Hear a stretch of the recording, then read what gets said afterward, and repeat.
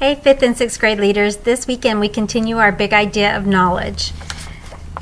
Knowledge is learning something new so you can be better at whatever you do. Our Bible verse this weekend comes from John chapter 1, verse 19 through 42, where we get to see Jesus' baptism and how John calls him the Lamb of God. Our memory verse is still Psalms 119, verse 105. Your word is like a lamp that shows me the way. It is a light that guides me. During arrival time, the kids, the 5th and 6th graders, you may want to just spend some time getting to know each other. I don't know that you'll have time to do the actual activity. If not, then you can push it to the activity right after you get back from worship, just depending on time-wise. You're going to take a blank piece of paper, and it's called Baptism 101. You're going to challenge them to list some ways of what they know about baptism and initiate kind of a group conversation about it.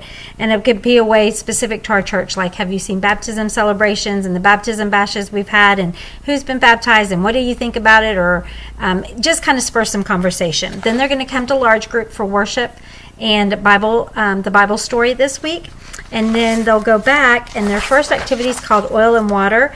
They're going to have a painting, and I have one picture of the painting that if you want to, you can make copies of it or just pass it around for the kids to look at. They're going to just have some discussions. Tell your students you're going to see if it relates to today's Bible story and how it does, and then it gives you some options and some questions for the kids.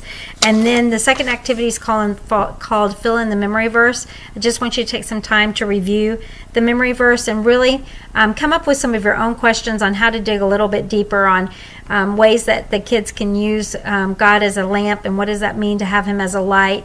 You might even talk a little bit about the unexpectedness of Trevor passing away, just depending on if the kids are there. If Rylan and them are there, I don't know that they want to talk about it, but just be sensitive to that.